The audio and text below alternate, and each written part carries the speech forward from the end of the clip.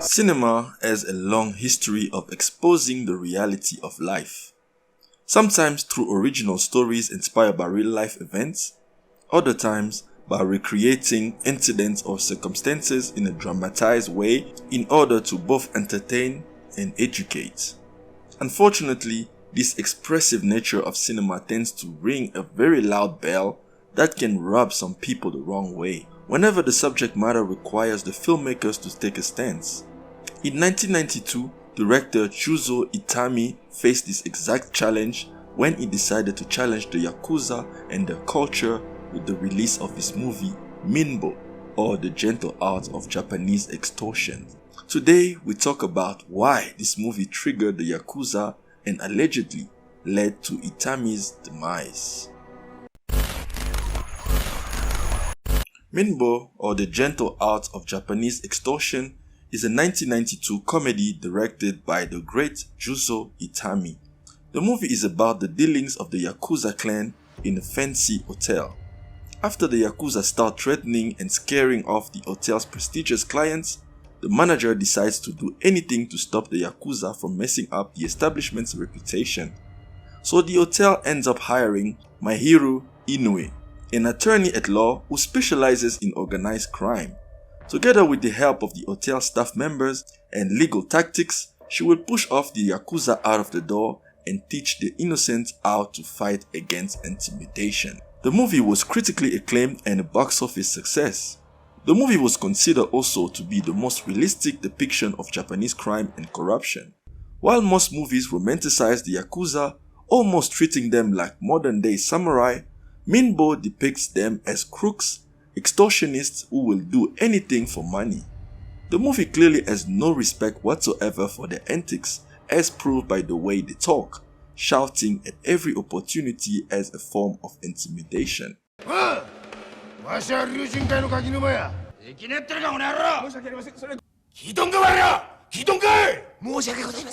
It's like the movie is almost begging the audience to laugh at these wannabe tough guys.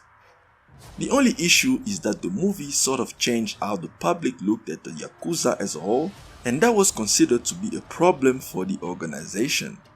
Shortly after the release of Minbo, police officers started patrolling Itami's house in Tokyo every half an hour as they suspected a retaliation from the Yakuza. Itami, however, was not worried, brushing off the issue as he believed nothing was going to happen. 1 week after the movie's opening, Itami was attacked outside his home by a group of young men who slashed his face, neck and arms with knives. The director managed to escape in his house and asked his wife to call an ambulance. Itami would later on state to the press that he believed it was a message, since the men cut very slowly and took their time. If they wanted to, they could have easily killed him.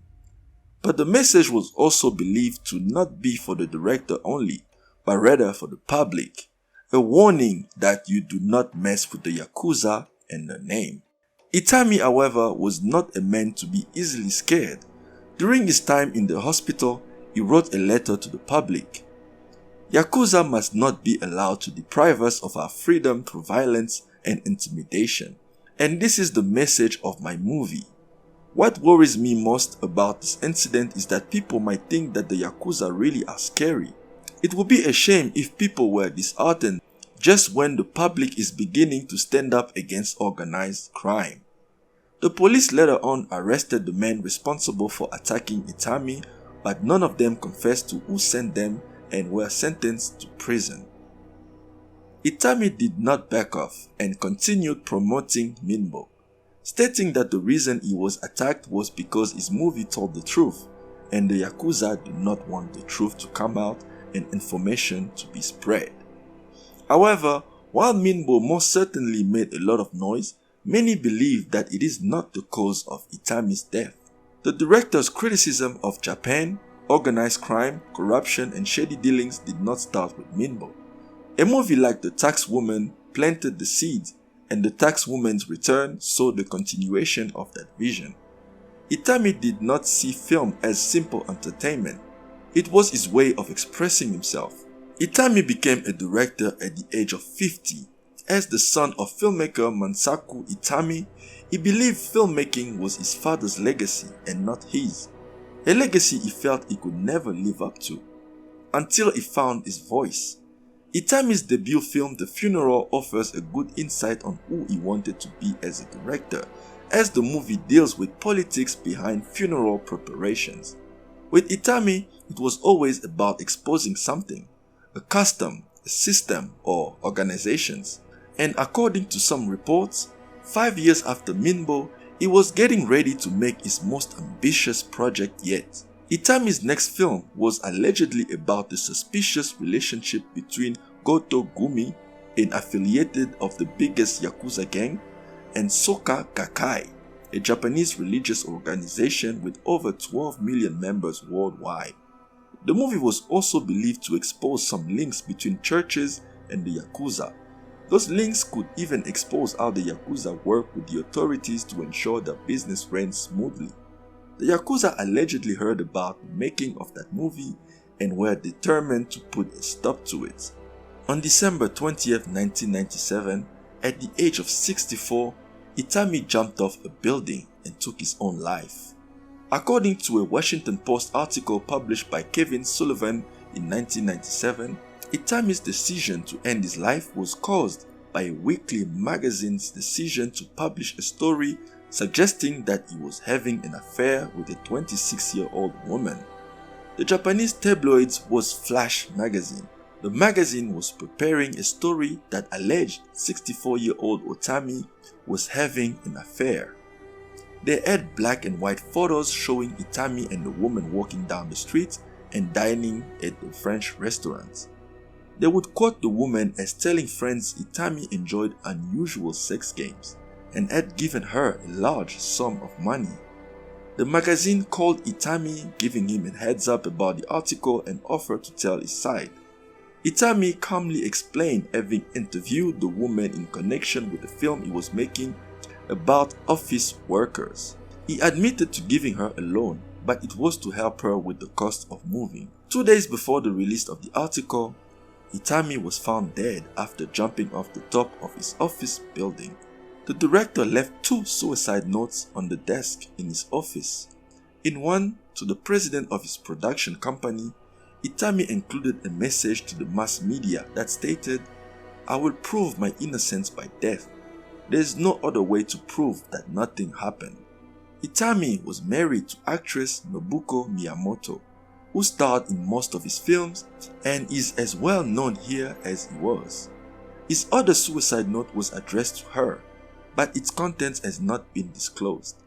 In his letter to Itami Productions president Yasushi Tamaoki, he urged him to take care of Miyamoto, whom he called Japan's #1 wife, mother, and actress. Numerous theories erupted from this event. For one, why were the suicide notes typed on a computer and printed and not handwritten? Itami parodied Japanese culture and had even declared that affairs between men and women were natural. So him being so ashamed of an affair that he would take his own life did not seem like something Itami would do. In 2009, journalist Jake Alderstein interviewed Yakuza members who worked for Tadamasa Goto, the founder of Goto Gumi. It was rumored that Goto was the one who put the hit out on Itami. The crime boss wrote in his autobiography, "Minbo was an unpleasant movie. It insults the Yakuza. It ridicules us. But while I didn't give the order, when I found out that one of my boys had gone out and slashed him up, I was proud of him."